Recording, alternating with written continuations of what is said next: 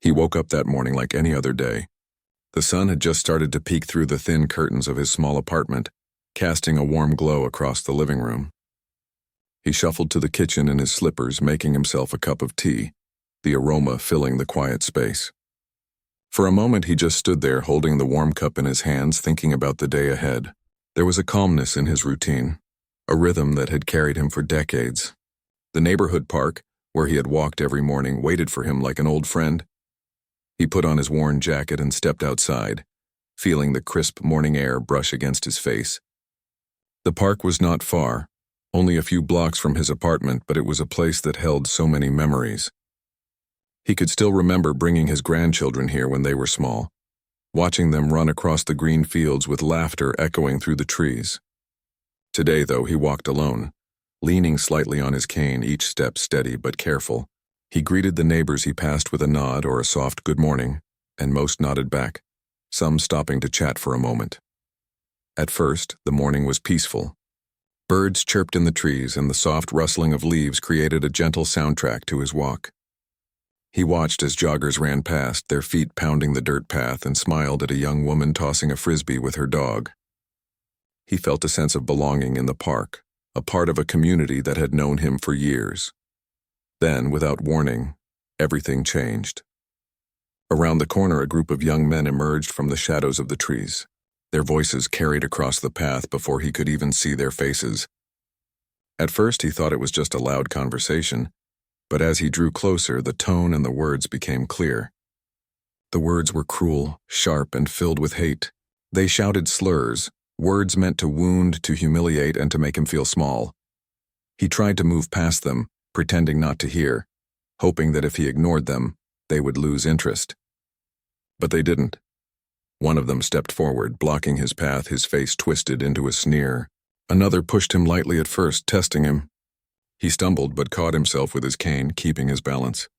His heart pounded, not just from the physical jolt, but from the sudden surge of fear and disbelief. He had lived a long life, faced many challenges, but nothing like this. They laughed at him, louder now, emboldened by the shock and discomfort they were causing. One of them grabbed his bag and threw it onto the ground. Papers scattered across the dirt path, fluttering in the breeze like defeated birds. He bent down slowly, carefully picking up his belongings, his hands trembling slightly. He could feel the eyes of a few people nearby, watching silently, unsure of whether to intervene.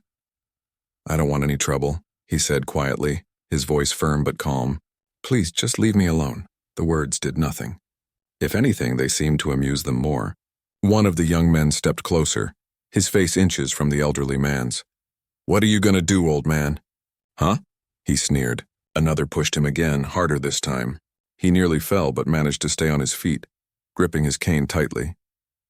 He could feel a mix of anger and sorrow rising within him, but he forced himself to stay composed. Violence would not solve anything. He had always believed that dignity mattered, that standing tall even in the face of cruelty was more powerful than any retaliation. But standing tall didn't make the words less painful. They cut deep, each insult a reminder of a world that still harbored hatred, even in a place he had considered safe. The incident seemed to last forever. The young men circled him, laughing, shouting, and pushing him occasionally. He noticed a few bystanders now, people who had stopped to watch from a distance. Some whispered to each other, uncertain, while others pulled out their phones, recording the scene. He wondered if these recordings would help later, if they would serve as proof of what had happened. Finally, after what felt like hours but was really only a few minutes, the young men lost interest.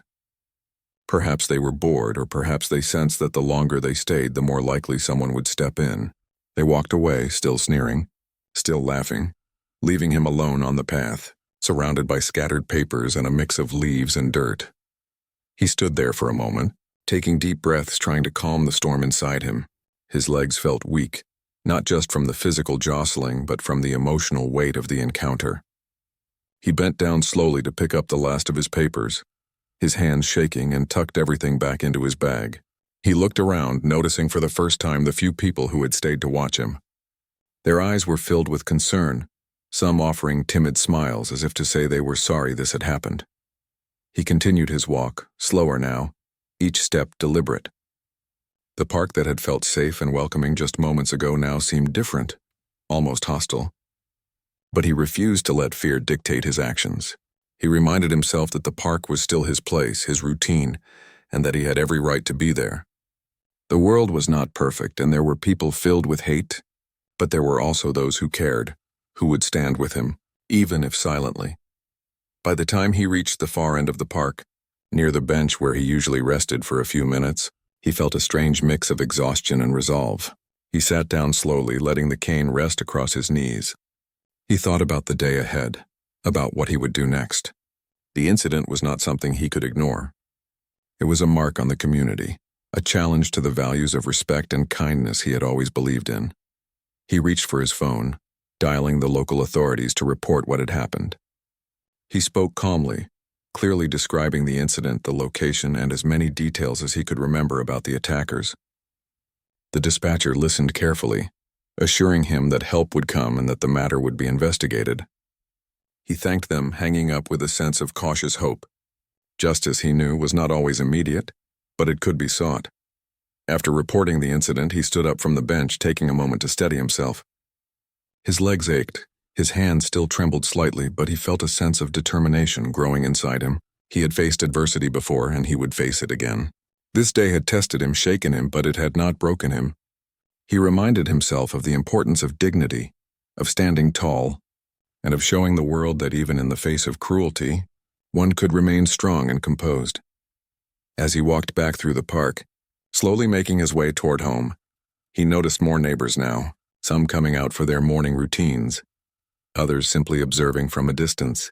He greeted them quietly, receiving nods and murmured good mornings in return. Some of them, he noticed, seemed to carry a new sense of awareness, perhaps realizing for the first time that hate could strike anyone, anywhere, even in places considered safe. By the time he reached his apartment building, the sun had risen higher, casting a brighter light over the streets. He paused for a moment at the entrance, taking a deep breath, feeling the warmth on his face.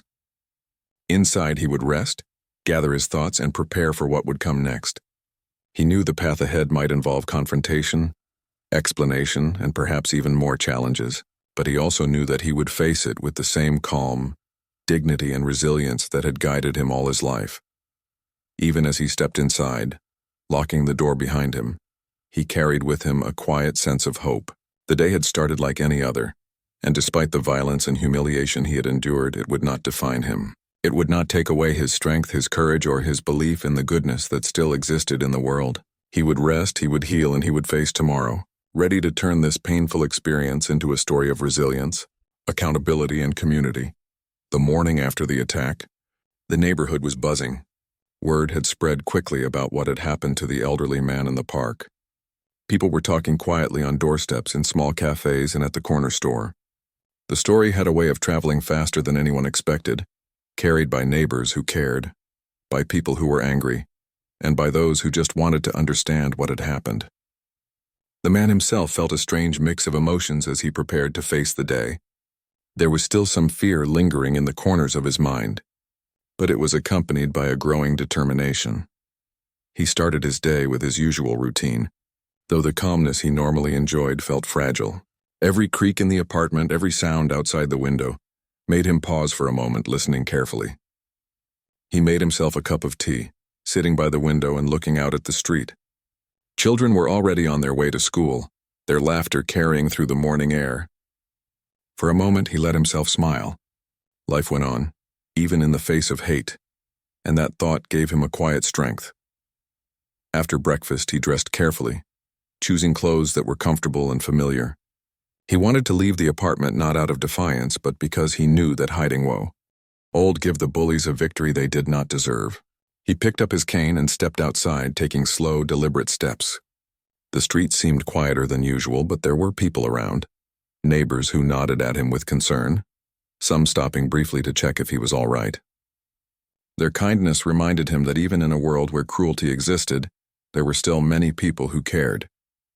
He made his way back to the park, this time not for a walk, but to speak with local authorities. The police had called the day before, assuring him that they were investigating the incident and wanted to take a formal statement. As he approached the park entrance, he noticed a small crowd had gathered. Not a hostile crowd, but people who were curious, worried, or just wanting to show support. Some waved when they saw him, others nodded, and a few offered quiet words of encouragement. He felt a warmth in his chest, a reminder that he was not alone. At the park office, an officer greeted him with respect, guiding him to a quiet room where he could speak freely. He explained everything that had happened, recounting the details clearly and calmly. He described the young men, the words they used, the way they had pushed him, and how they had thrown his belongings to the ground. He spoke with honesty without exaggeration, letting the facts speak for themselves. The officer listened carefully, taking notes, asking questions when clarification was needed. The elderly man felt a sense of relief, knowing that someone was taking his experience seriously, that justice might be possible.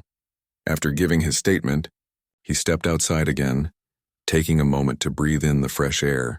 He noticed a few people approaching him cautiously. One was a neighbor he had known for years, an older woman who lived a few blocks away. She looked concerned, her hands clasped together as she spoke. "I heard what happened yesterday," she said softly. "I'm so sorry. Are you okay?" He smiled gently, appreciating her concern. "I will be," he said. "It was unpleasant, but I am all right." He could see the relief in her eyes and felt grateful for her presence. Others joined shortly after, some carrying small gestures of kindness. A cup of water, a blanket for him to sit on, a few words of encouragement. It was a small act, but it meant a great deal. In that moment, he realized that while cruelty could strike, community and support could stand stronger. By late morning, the story had reached the local media. A journalist came to the park asking to interview him. He agreed, but with a condition. He wanted the focus to be on accountability and respect, not on revenge or anger. He spoke with calm dignity, explaining how important it was for people to treat one another with decency, regardless of age, color, or background. His words were simple but powerful, carrying the weight of someone who had lived a long life and understood the value of empathy and integrity. The article was published quickly, spreading through the neighborhood and even reaching nearby communities. People read about the attack and the man's response, and many were moved by his composure. Some left messages online offering support and sharing stories of similar experiences. Others called community centers, schools, and local organizations, wanting to find ways to prevent such incidents from happening again. The story became more than just an account of cruelty. It became a conversation about respect, accountability, and the need for community vigilance. Meanwhile, the elderly man returned home for a short rest. The day had already been emotionally exhausting. He sat quietly in his favorite chair, letting the sun warm his face as he thought about the events of the past 24 hours. He reflected on the young men who had attacked him. He did not feel hatred toward them, but he understood the importance of consequences and learning from mistakes. He hoped that the attention the story had received would lead to awareness and change, not just for the attackers, but for everyone watching. By afternoon, neighbors started stopping by his apartment. Some came simply to check on him, bringing small gifts or food. Others came with offers of support for the coming days, wanting to ensure he felt safe and valued. The elderly man appreciated each visit, speaking to everyone with patience and kindness, even though his body still ached from the assault. The presence of people who cared, who stood with him, reinforced his belief in the goodness that existed alongside the cruelty. As the day went on, he received a call from the local authorities. They had identified the young men responsible for the attack and informed him that they would be summoned for questioning. He listened carefully, asking questions about the process and what would happen next. The officer reassured him that the matter would be handled seriously and that the goal was not just punishment, but accountability. Hearing this gave him a measure of comfort, a sense that the situation would not simply be ignored or forgotten. Later in the evening, he took a short walk outside, careful not to push himself too hard. The streets were calmer now, the sun casting a warm glow over the buildings. He noticed more people stopping to greet him, some offering words of encouragement, others simply nodding in recognition. Each interaction, no matter how small, reminded him that he was part of a community that cared, that valued respect and kindness. The fear from the previous day lingered faintly, but it was overshadowed by a growing sense of solidarity and support. When he returned home, he took a long moment to sit quietly by the window, reflecting on everything that had happened. The attack had been a shock, a painful reminder of the prejudice that still existed in the world. Yet the response he received from neighbors, authorities, and even strangers restored his faith in humanity. He realized that while cruelty could make headlines, courage and dignity could inspire change. His calm, measured reaction had already started to ripple through the community, creating conversations and actions that would not be forgotten. As night fell, he prepared for bed with a sense of cautious optimism. He knew the next days would not be easy. The investigation, the confrontation with the attackers, and the public attention would all bring challenges. But he also knew that he had faced hardships before, and he had emerged stronger each time. He reminded himself of the importance of patience, of standing tall, and of allowing others to learn from their mistakes. The power of his actions, he realized, lay not in anger or revenge, but in the quiet strength of his character. Before closing his eyes, he thought about the park where it had all happened. He imagined walking there again, feeling the grass under his shoes, hearing the laughter of children, and watching neighbors exchange smiles. He knew he would return, as he had for many years, not just for himself, but to reclaim a space that belonged to the community, a place where kindness and respect should always outweigh hate. He fell asleep that night with a sense of peace, knowing he had done what he could to seek justice, maintain dignity, and inspire change. The attack had been cruel, but it had also revealed the strength and support that existed around him.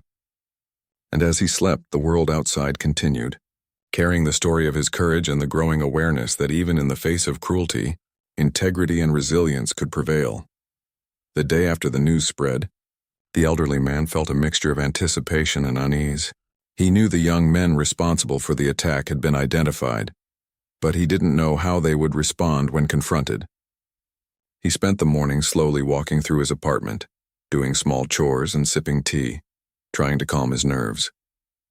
Despite the tension, he reminded himself that he had faced difficult situations before and had always relied on patience and dignity to guide him. Today would require the same. By mid-morning, the authorities called him again. They had spoken with the young men and arranged for a meeting at a community center nearby. The goal was clear: to allow the elderly man to address them, to express the harm they had caused, and to give them a chance to make amends. The man prepared himself carefully. He practiced speaking slowly and calmly, thinking about the words he wanted to use. He did not want to shout or make threats. He wanted the conversation to be about understanding, accountability, and respect. When he arrived at the community center, he noticed a small group of neighbors and community members gathered outside. Some had come to show support, others out of curiosity, and a few to witness a moment that was already becoming symbolic for the neighborhood. The elderly man felt a wave of gratitude seeing familiar faces. Each nod and smile reminded him that he was not alone, that his life mattered to others, and that the attack he had suffered could not define him. Inside the center, the young men were waiting, their faces a mixture of defiance, embarrassment, and nervousness. They avoided eye contact at first, shifting uncomfortably as the man entered. He took a deep breath, steadying himself. He could feel the weight of the moment, not just for himself, but for the lesson that needed to be learned. He looked at them calmly, his gaze firm but not angry. "I want to talk to you," he began, his voice quiet but clear. "Yesterday you hurt me. You used words meant to shame me. You pushed me and threw my things. That was wrong." He paused, letting the words sink in. The young men shifted in their seats, some looking down at the floor, others glancing at each other. He continued, "I am an elderly man. I have lived a long life. I have faced many challenges, but I have always believed that people can learn, and that respect matters more than strength or power." One of the young men mumbled something under his breath, but the elderly man did not flinch. He had expected defensiveness, anger, or excuses. What mattered now was that they heard him. He spoke slowly, making sure each word carried meaning. "What you did yesterday was not just about me. It was about the community, about the way people treat each other. You have a choice now. You can continue down a path of hate, or you can take responsibility and learn from your mistakes." The room was silent except for the sound of shuffling feet and quiet breathing. A few neighbors nodded, some murmuring in agreement, their presence adding weight to his words. He noticed the young men beginning to fidget, realizing the seriousness of the situation. For the first time, they seemed aware that this moment was bigger than themselves, that their actions had consequences beyond their own lives.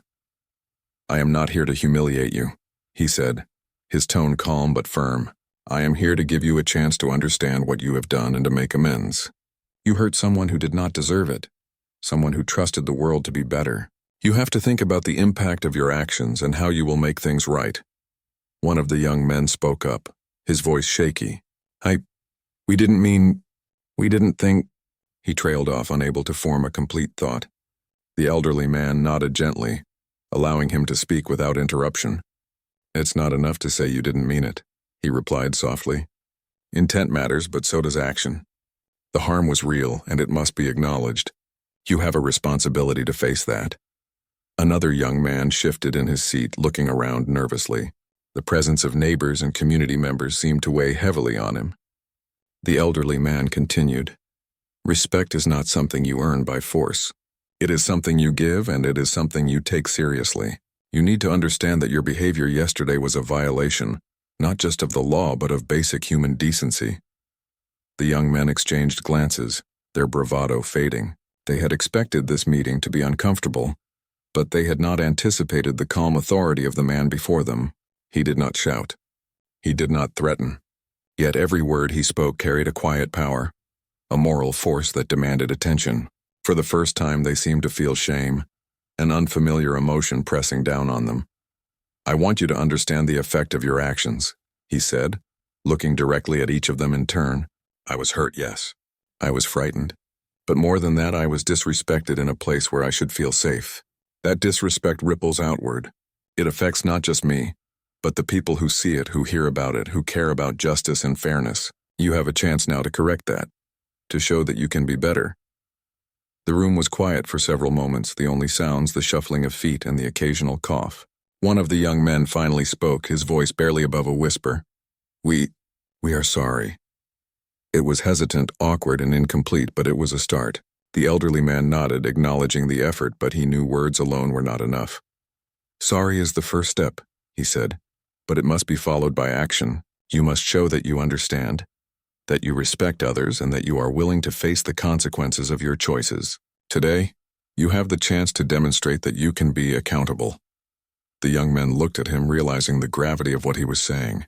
Their earlier confidence had been stripped away, replaced by a recognition of their wrongdoing.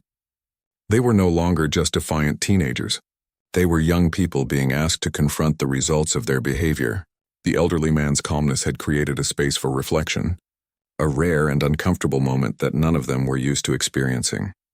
One by one, he asked them to repeat their understanding of what they had done, to acknowledge the harm caused, and to explain how they would make amends.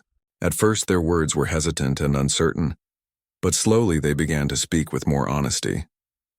They admitted to their actions, expressed regret, and even began to recognize the courage it took for him to face them without anger.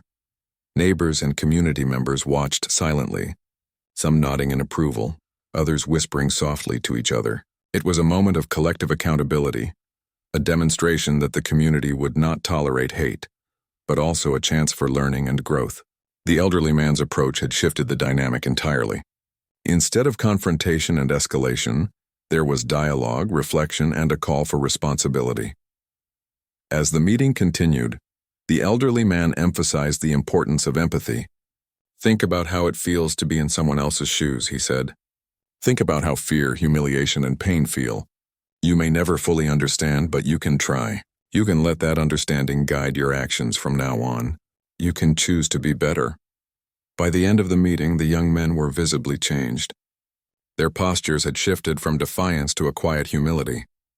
They had begun to grasp that their actions were not minor mistakes, but serious violations of trust and respect. The elderly man's words had not just reached them, they had touched something deeper, a moral awareness that had been dormant until now. Before leaving, the elderly man made it clear that accountability was not just a one-time event. "Your words and your behavior from this day forward matter," he said. "You cannot undo what happened, but you can learn from it. You can show the world that you understand, that you respect others, and that you are willing to act with integrity." As he walked out of the community center, he felt a sense of quiet satisfaction. The meeting had been difficult, emotionally draining, but it had also been necessary. He had faced the young men directly, expressed the harm they had caused, and provided them with a chance to reflect and change. It was not revenge, it was accountability. And it was a powerful reminder that dignity and calm could achieve more than anger ever could. Outside, the neighbors who had gathered offered words of encouragement and support. They praised him for his courage, for his ability to confront wrongdoing without losing his composure, and for creating a moment of moral clarity in the community. He nodded humbly, grateful for their support, but his focus remained on the young men he had addressed. The hope that they would learn from this, that they would carry the lesson forward, was what mattered most to him. As he made his way home, he reflected on the events of the past 2 days. The attack had been painful and humiliating, but the response, both his own and the community's, had created something larger than himself. It had created an opportunity for learning, reflection, and transformation. And while the path ahead would still hold challenges, he knew that this confrontation had been a turning point, not just for the young men, but for the community as a whole. The day of the apology arrived, and the neighborhood seemed to hold its breath. News of the meeting had spread quickly, and many people were curious to see how the young men would respond. For the elderly man, it was a moment of both tension and hope. He had faced the bullies before, but this was different. This was not about confrontation or fear. This was about accountability, understanding, and restoring a sense of justice. He dressed carefully that morning, choosing his usual clothes, comfortable and familiar. There was a calm determination in his movements, a quiet strength that had guided him for decades. As he stepped outside, neighbors waved and offered words of encouragement. Some stopped to shake his hand, while others simply nodded in respect.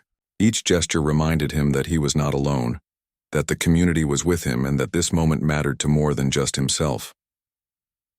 The community center had been prepared for the gathering. Chairs were arranged in rows, a small space cleared at the front where the young men would make their apology. Local leaders, neighbors, and a few reporters who had covered the initial incident were present. The atmosphere was serious but respectful. People understood the significance of what was about to happen. It was not a spectacle. It was a moment of accountability and reflection. The elderly man entered the room slowly, using his cane for support. He looked around at the faces of those who had come to witness the event. Some smiled reassuringly, others simply nodded. He felt a sense of gratitude for their presence. Their support added weight to the moment and reminded him that what he was doing mattered not just for himself, but for the entire community. The young men were seated at the front, their expressions a mixture of nervousness, guilt, and uncertainty. They had been asked to take responsibility publicly, to apologize sincerely, and to demonstrate that they understood the harm they had caused. At first, their posture was stiff, their eyes avoiding contact. The elderly man took a deep breath, steadying himself. He knew that this would be difficult for them, just as it had been difficult for him to face them initially. "I want you to understand why we are here," he began, his voice calm and clear. "Yesterday you hurt me. You humiliated me. You showed a lack of respect that affects not just me, but our entire community. Today is your chance to acknowledge that, to take responsibility, and to apologize sincerely." The young men shifted in their seats, their discomfort growing. They had rehearsed this moment in their minds but were unprepared for the gravity of facing him directly, in front of others, without the ability to hide behind arrogance or excuses. The elderly man continued, his words measured, deliberate, and filled with moral weight. "Apologies are not just words," he said. "They are actions. They show understanding. They show respect. Today, you will demonstrate that you understand what you did and that you are willing to make amends." He gestured toward a small platform that had been set up at the front. "I ask that you come forward, kneel, and speak your apology. This is a symbolic act, yes, but it carries meaning. It shows humility, acknowledgement, and the willingness to take responsibility." The first young man hesitated. His pride and fear clashed inside him. For a moment it seemed as though he might refuse, but the calm presence of the elderly man, combined with the supportive eyes of the community, guided him. Slowly he rose, walked to the front, and knelt. His hands trembled slightly and his voice was quiet at first. I'm sorry," he said. "I didn't think about what I was doing. I hurt someone, and I understand now that it was wrong."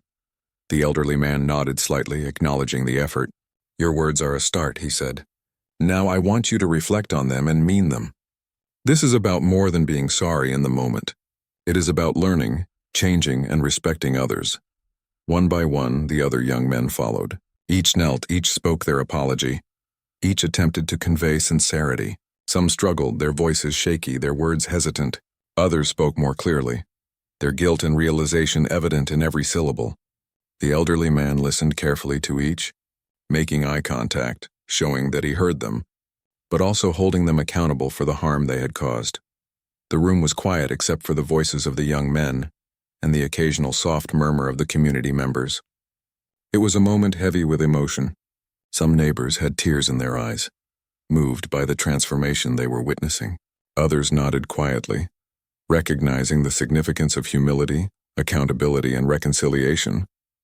The elderly man felt a mixture of relief and cautious hope. The process was working. The young men were beginning to understand. After each apology, he spoke briefly, reinforcing the importance of their actions. "Humility is not weakness," he said. "It is strength.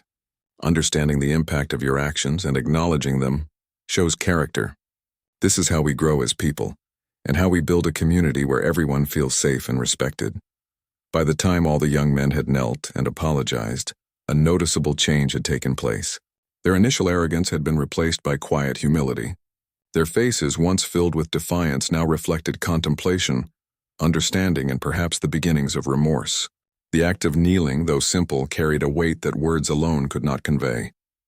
It forced them to confront their actions and the harm they had caused. The elderly man addressed the room one final time. "This is not the end," he said. "It is a step. You have acknowledged your wrongdoing, but the work does not stop here. You must carry this understanding forward in your words, in your actions, and in the way you treat others. Respect, kindness, and empathy are not optional. They are necessary." The community responded with soft applause, a sign of support and recognition. The young men rose from their kneeling positions, looking both exhausted and changed. The elderly man offered a few words of encouragement, reminding them that while they could not undo the past, they could choose to act differently in the future. It was a moment of quiet reconciliation, where accountability met compassion and where learning replaced anger. After the event, the elderly man stepped outside, breathing in the fresh air. Neighbors approached him, expressing gratitude and admiration for his courage. They praised him for handling the situation with dignity, for giving the young men a chance to learn, and for showing that accountability can be achieved without violence or revenge. He smiled humbly, acknowledging their words but keeping his focus on the importance of the lesson being learned. Later that day, he returned home, reflecting on the events. The process had been emotionally draining but also deeply rewarding. The young men had been forced to confront their actions and to understand the pain they had caused. The community had come together, demonstrating that support, accountability, and moral guidance could create real change. And he, in turn, had played a role in fostering that change, not through anger but through patience, courage, and dignity. As night fell, he sat by his window, watching the lights of the neighborhood glow softly in the distance. He thought about the young men, hoping that the lessons of the day would stay with them, guiding their actions and shaping their character. He also thought about the community, feeling grateful for their presence and support. The attack had been a dark moment, but it had sparked reflection, learning, and growth for many people. Before going to bed, he made a quiet promise to himself. He would continue to live with dignity and integrity. He would continue to walk in the park, to greet neighbors, and to participate in the life of the community. And he would carry forward the hope that even in the face of cruelty, accountability, humility, and understanding could prevail. The day had been difficult, but it had also been transformative. The young men had learned a hard lesson. The community had witnessed the power of moral courage, and he had demonstrated that strength does not always come from confrontation. Sometimes it comes from calm, patience, and the unwavering belief in the value of respect and human decency. As he finally rested, he felt a sense of quiet peace. The apologies had been made, accountability had been faced, and the first steps toward understanding and growth had been taken. Tomorrow would bring more challenges, but he knew that the events of this day had changed something essential. Not just for the young men, but for everyone who had witnessed the power of dignity and moral courage in action. The days after the apology were quiet but full of reflection. The elderly man returned to his usual routine, walking through the neighborhood and visiting the park he had loved for so many years. Everything seemed calmer now, yet he could sense that the events of the past few days had left a lasting mark, not just on him, but on the young men, the community, and even on himself. There was a new awareness in the air, a recognition that cruelty could strike unexpectedly, but that courage, patience, and dignity could also make a difference. He continued his morning walks, slowly but steadily, greeting neighbors and friends along the way. People who had once merely waved or nodded now stopped to talk, to ask how he was feeling, and to share their appreciation for the way he had handled the situation. The support he felt was genuine, not just for the sake of the story, but because they recognized the strength it had taken for him to face such hostility without anger or retaliation. He felt humbled by their kindness, yet quietly proud that his actions had inspired respect and reflection. The young men had been asked to participate in a few community activities, not as punishment, but as part of the process of understanding accountability. They were asked to help clean the park, assist with community events, and meet occasionally with local mentors who could guide them toward better choices. At first, they approached these tasks with reluctance, still awkward and unsure of how to behave. But over time, small changes began to show. Their movements became less hesitant, their voices more careful and thoughtful. The act of taking responsibility publicly had opened a door for them to reflect on their actions and consider how they could grow from the experience. The elderly man observed these changes quietly. He did not seek praise or recognition, but he noticed the small differences. The young men now greeted him politely in the park. They offered to help when he struggled with a heavy bag, and they avoided the aggressive behavior that had caused so much pain. These small gestures were meaningful. They were signs that the lesson had taken root, that understanding and humility were possible even in those who had once acted out of ignorance and hate. Community members also began to gather more regularly in the park. Parents brought their children, neighbors organized small events, and local leaders encouraged conversations about respect, empathy, and kindness. The park, once the scene of violence and humiliation, had begun to feel like a safe and welcoming place again. The elderly man took quiet satisfaction in seeing this change. He had feared that fear and hatred might linger, but instead the community had come together, stronger and more aware of the importance of standing against cruelty. One afternoon, as he sat on a familiar bench, a young mother approached him with her children. She had heard about the incident and wanted to meet the man who had handled it with such grace. "Thank you," she said softly. "You showed courage, and you taught our children something they will remember forever." They saw that strength comes from dignity, not violence. He smiled gently at her, feeling the warmth of her words. "I didn't do anything special," he replied. "I just tried to act with the respect I hope to see in the world." It is the community working together that creates change. As weeks turned into months, the elderly man began receiving letters and messages from